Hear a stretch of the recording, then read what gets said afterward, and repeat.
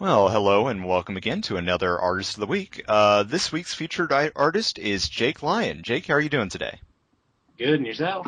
Fantastic, fantastic. Well, Jake has agreed to come out here and tell us a little bit about himself. So, without further ado, let's just get right on into this. Sounds The first question I have here for you today is, how long have you been into art? well, I guess I've been into art. I'm going to guess since 4 years old, but that's just going off the basis that I used to draw little messages to my grandmother, things like that. I would do a lot of drawing instead of talking, so kind of been into it since then. And then, yeah, I guess digitally, probably that would have been when I was like 12 or 13 years ago, starting in MS Paint. But Hmm. And now I expect things have evolved quite a bit since then. yeah, a little bit, though. Those things are fun to look at still, but yeah, no, it has come quite a ways since the little doodles from that. So now you used to draw for your family, you said?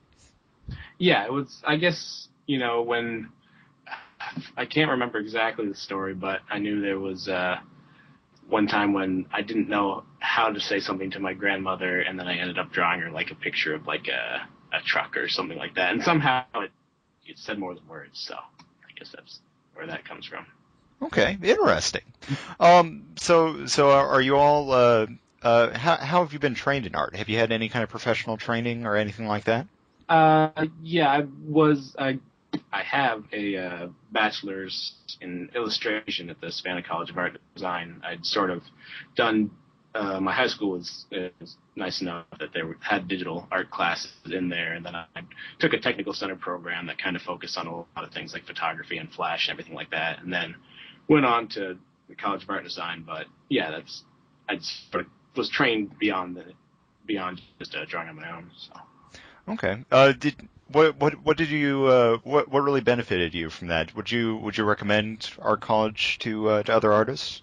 Uh, Definitely. It's in terms of just developing your skill, and it really depends on your level of self motivation. If you're the kind of person that can generate projects and generate your own interest and go out and you can get as much from an art book as you can from someone giving you an art book. In my case, I usually needed someone else's ideas. I bounce better off of other people's ideas and work from that. So going to art college and just getting a steady set of projects was just a great way to keep working and take in new ideas. I mean, I probably wouldn't have done a lot of life drawing I'd done if I hadn't had a life drawing class, and that's definitely helps more than you can realize. Okay. So what was kind of your favorite inspiration? What was your muse before ponies came along? I would probably Mario. I was before that. Before ponies. I guess it was sort of in the fan game community. I never completed any great games, but I did do a lot of work in the games factory and a lot of spriting work. And then that was pretty much my only art tool besides MS Paint. I did a lot of mouse art in MS Paint, and eventually got Paint Shop Pro, and then eventually got Photoshop. But at the time, I was drawing a lot of just Mario characters and Bowser and Mega Man and anything like that. All right, interesting. And then how did ponies start for you? Um, well, if I remember, I friends that I had on Fur Affinity. One of them said that they were going to go watch Tony's and like beware. So I was like, well, it sounds like an interesting challenge. I guess I will go check it out. And this would have been around November, I think maybe late October, 2011. And that was a good time for me to get into it because I was sort of marathon watching things on the internet anyways. And there were already about, a good season's worth of episodes online. And if you're going to start chain smoking, that's a lot of packs to really get you into it. So being able to sit through it all, and that's really what got me immersed in it. Actually, drawing them though came a little bit later. I was really hesitant to actually do it because at the time I was doing all this weird abstract furry cube color stuff, and I had a certain audience of people that I didn't really know if they would like it. But then at some point I was like, well, if I draw ponies and Super Jail at the same time, that's kind of like treading into it gently. So those were some of the first pony things I drew were just these pony Super Geo crossovers, and finding a place to actually put them up. I think I stumbled upon Pony Chan and got to know a great group of people there. Got into the idea of live streaming, and it sort of just went on from there. Okay. So speaking of the video games, television, that sort of stuff, how have they really influenced and affected your artwork, and what do you enjoy about the different mediums of entertainment? Well, I guess in a lot of ways, it's just different ways of storytelling, and sort of a base way. I'm sure I could think of something better than that. But I mean, playing games, there's a lot of literature, there's a lot of, progressions of stories, and anything that can really, relay a character in a world across to you and get you into it. And video games, putting you kind of directly in a place. And I always preferred 2D games, I guess, just because there seemed to be more of a graphic artistry in them as opposed to sort of this created, this 3D one that you have to turn to every angle to see. When you're playing a side-scroll platformer, you're really seeing it more like a picture on the wall. And I always sort of art, and just the way it, you'd move through it, captivated me a bit more like that. And I guess with music, it's always just been the people that use different soundscapes and things. I got started I didn't listen to music all throughout high school until I got my dad's old record collection, and then listening to people like Frank Zappa and a lot of progressive rock artists. They would use these electronic instruments and these, compositions that would, vary and change and have these different layers of sounds, and all the timbres would mix, and you just get with anything like with punk or with pop rock, you get a lot of these standards, and it's good music to listen to and to get into. But for new ideas, I found that those musics, just give you these new things to listen to and new ideas. And I guess I just like crazy ideas like that. All right. Is there any particular pieces of music or some of those 2D video games that you would recommend to people? Well, top two side scrollers or top two games would be Yoshi's Island and Super Mario RPG. Yoshi's Island is just kind of being a pinnacle of 2D side scrolling, and then it could have been the way that I was involved with Mario that made Super Mario RPG as spectacular as it is. But just the idea of taking, when you talk about taking characters and putting them into a world that, that's different, but they can still exist in it, Super Mario RPG just puts them in just such a different place. The style is different. It's darker, but it's not like evil dark that destroys the world around it. It's just a great reimagining, and I guess that I would say that. And then for musical artists, I'd say Frank Zappa. If you can kind of hear the music beyond the silliness, you can listen to it for the silliness too. And then bands like Yes and Jethro Tull and Emerson, Lake and Palmer. That's where I started, so I'm just recommending those ones. But there's if you ever get into it and just looking into all the bands that were out there, it can take a while. Well, kind of going along the lines of things that are completely different. Let's talk about your OC a little bit. Ikea Pony. How did you come up with that? What was the inspiration behind that? Well, actually, Ikea Pony, the original, was the creation of G Sphere and Zlacker. And I believe they just created her as a Swedish pony for there to be. And there's the infamous image of Twilight and Ikea Pony and the Falcorp. And you've probably seen that one. But there was a fan club for it, and a lot of people that ran it, I was friends with them from Pony Chan, and I was like, well, okay, I'll draw something for it. And then I never draw many comics, but I was like, well, I've got a stupid idea, and I guess it's been done. But I just drew this little 3 or 4 panel comic for it. And then someone commented and asked, is this for a Ask Tumblr? And I was like, well, no. And then I went, well. And then I went to the the 2 guys who made it. I was like, do you care if I make Ask Tumblr around Ikea Pony? And it wasn't P-Ikea at the time, it was just Ikea Pony. They're like, okay, so that's one of the things I like doing, is taking ideas and then just building these worlds around them and working off them. And just starting with Ikea Pony, it's like, okay, I got to give her a nice, cute Swedish name. what's she gonna do? I guess it's gonna be Ikea, all these manuals, so trying to get that into it and coming up with solutions to put things together and just kind of building off from there. And that's kind of where that came from. So. Okay. Well, it's kind of interesting. You've kind of dabbled in a lot of different areas. One thing I wanted to ask you as an artist, do you recommend just focusing on like one single thing and trying to hone that to perfection, or do you more is it more useful to you to spread yourself out and not? Well, I think. Oh, go ahead. Go ahead. Mhm. I think like having something that you hone in on, you could kind of consider that like your ramen noodles, and then and I'm full of terrible metaphors, so I have to apologize in advance. That's And okay. and then branching out is like going to the store and deciding to buy turkey or meat or something. You want to learn to cook. And I'm just going to be talking about food. That'll make me hungry. You want to try new things, even if you hate them, even if you like you're trying to render and it's just a splotchy thing and it's like, oh crap, I can't do anything with this. You render that or you work through those to whatever extent you get to, and then you kind of go back to your comfort zone. You go back to throwing the ramen on the stove and cooking it up. And I've always found that having a balance between comfortable art and do it, because even if you try to render these things, you try to work in some style or all these details and it just pisses you off entirely, you're going to take things away from it. And those can kind of come back into your more comfortable style and kind of going out and pushing and then coming back and doing relaxing art that you can enjoy and you can rely upon yourself to do to a certain extent. You'll build that up and then you'll find that after time, it'll be a different style. It'll still be comfortable, but you'll put all these new elements into it.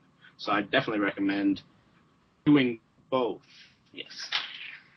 Okay. How have ponies changed the way you think as an artist, or have they at all? Well, I always had a lot of trouble drawing characters on model. My Mario's never actually looked like Mario. And I think kind of I'd sort of just accepted that and would kind of, do things out in my own way. But when I came into ponies, I was like, well, I want to try to make these actually look like they do on the show. And luckily, the structure, it's not simple, but it's simple enough that kind of getting into it and trying to figure out, how big is the model size and how big is this. And then drawing, I never really drew that many comics. And when I did, the characters were never really on model or anywhere in between. And then doing that in Ikea and doing that in my other comics, going panel to panel back and forth, that's actually a good skill to have to be able to draw characters on model. So I guess in sort of a graphic way, that's sort of how they've changed it, I guess, in more of a, I don't want to say ethereal, that's a really terrible word, but in more of a mindset way. It's just nice to draw happy things. I don't know if I ever drew quite so many pleasant things. So that I definitely got from drawing ponies, just trying to do more. Not necessarily cute, but sometimes cute. Okay. And so has that kind of effect or crossed over into your regular life at all? That drawing happy things. Well, I guess it kind of has. I used to have very big bouts of depression, and since drawing ponies, I have less of those. And I don't necessarily see a real, defining mountain you can look at to say I climbed that and that's what happened. But overall, I took in ponies and was able to put out a lot of negative things. Like, I guess it would be good to say that when I got out of art school, I got my BA in illustration. I spent a year not drawing.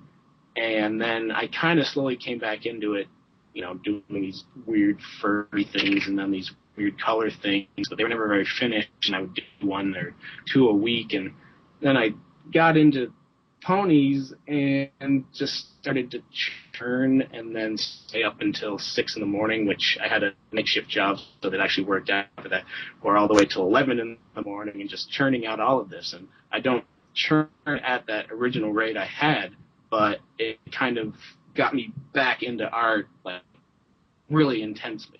And this isn't necessarily anything I can put into a portfolio, but I can sit down now and like still be kind of afraid to start a drawing, but then suddenly it kind of comes right out of the hand. It's like that's something I could never do before. I was always caught up, and that's taken out a lot of it. It's the practice. Everyone tells you to practice, and I hadn't practiced, and ponies got me back into practice. All right, interesting. So speaking of jobs, do you have any other hobbies besides artwork and that sort of stuff that takes up your time?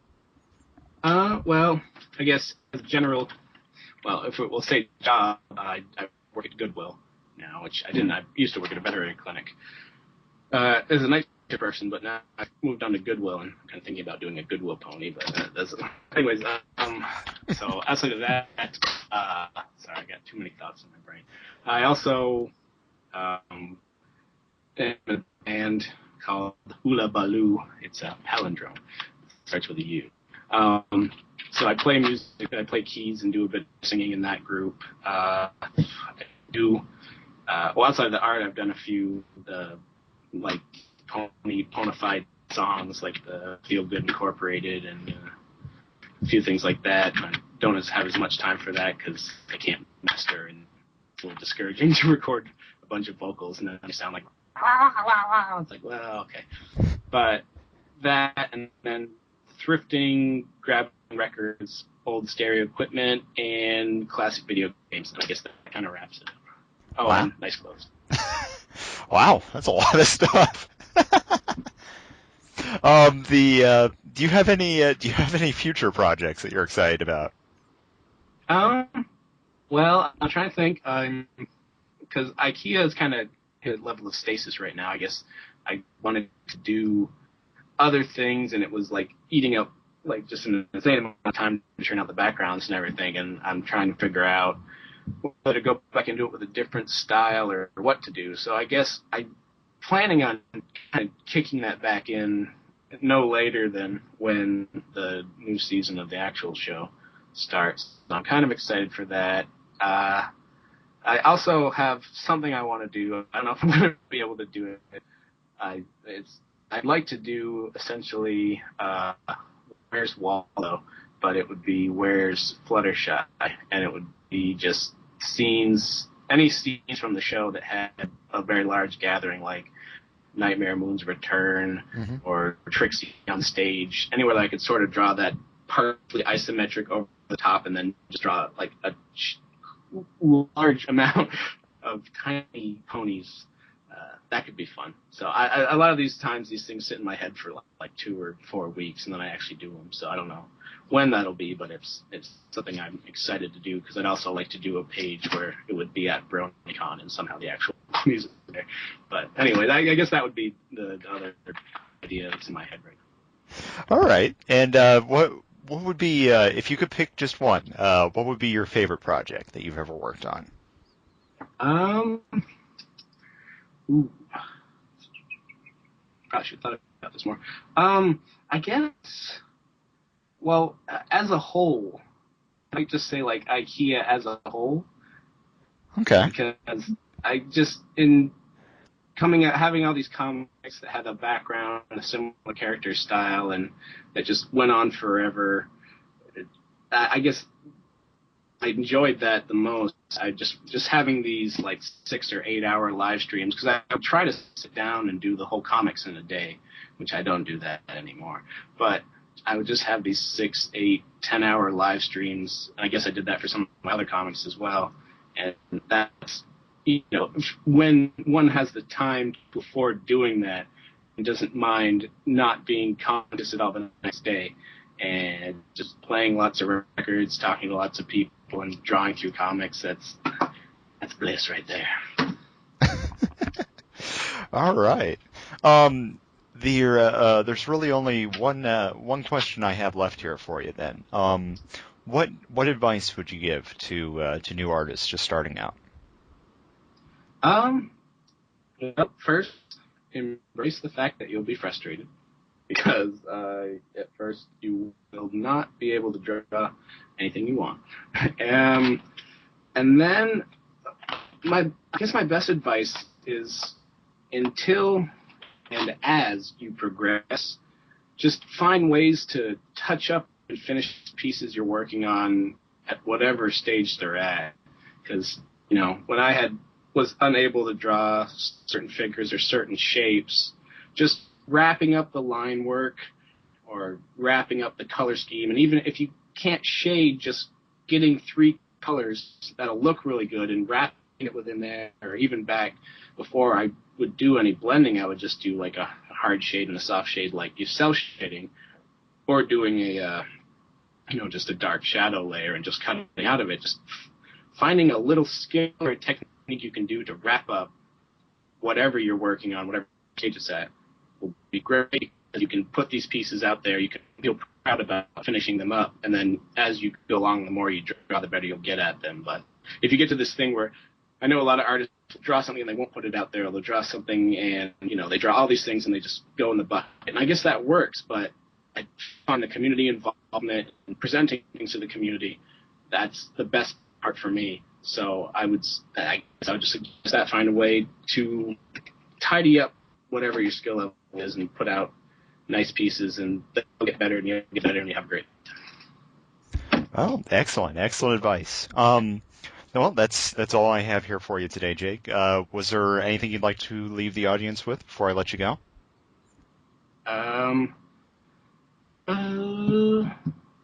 Friendship, love, tolerance, peace, and groovy. I don't know. Hey, good enough for me.